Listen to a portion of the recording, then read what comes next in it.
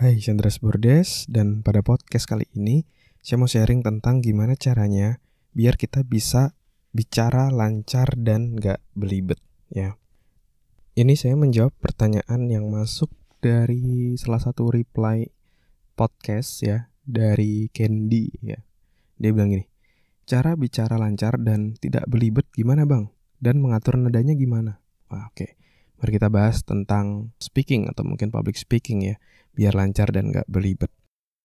Nah, sebelum saya ngasih tahu caranya biar kita bisa bicara lancar dan gak belibet, kita harus tahu dulu nih, kenapa, apa yang bikin kita bicaranya mungkin tidak lancar dan kecenderungannya belibet kayak gitu.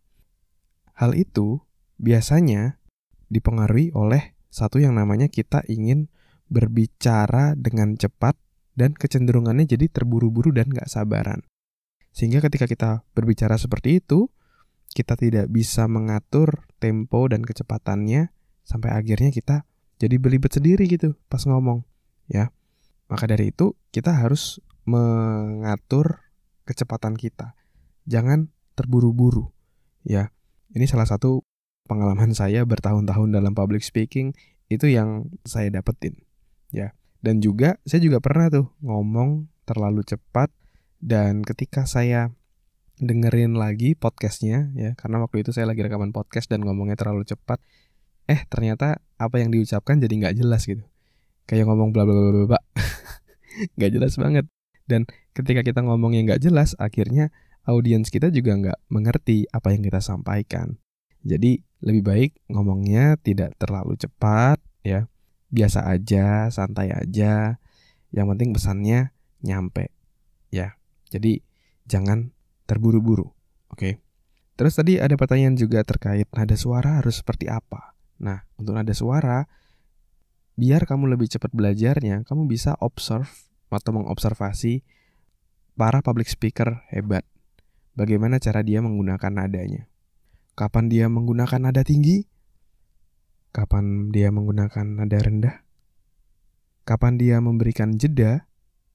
Ketika dia berbicara, itu kamu bisa observe dulu gimana cara dia ngomongnya ya. Dari situ, setelah itu kamu perlu latihan ya. Salah satu yang bisa kamu lakukan adalah berlatih dengan menceritakan berbagai macam hal dengan berbagai macam emosi.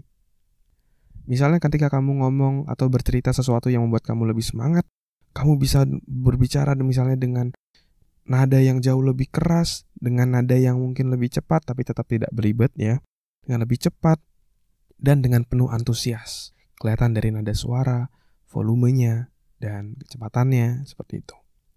Berbeda juga ketika kamu lagi berbicara yang mungkin membuat kamu sedih.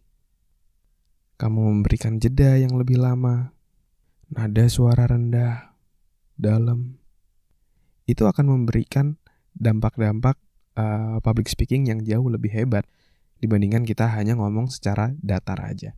Ya, jadi itu beberapa tips yang bisa kamu lakukan.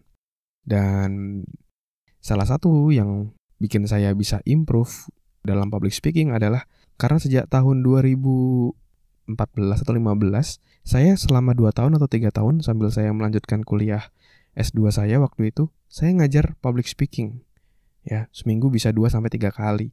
Saya mengajar hal tersebut berulang-ulang sampai akhirnya ketika saya mengajar, ternyata justru saya juga belajar.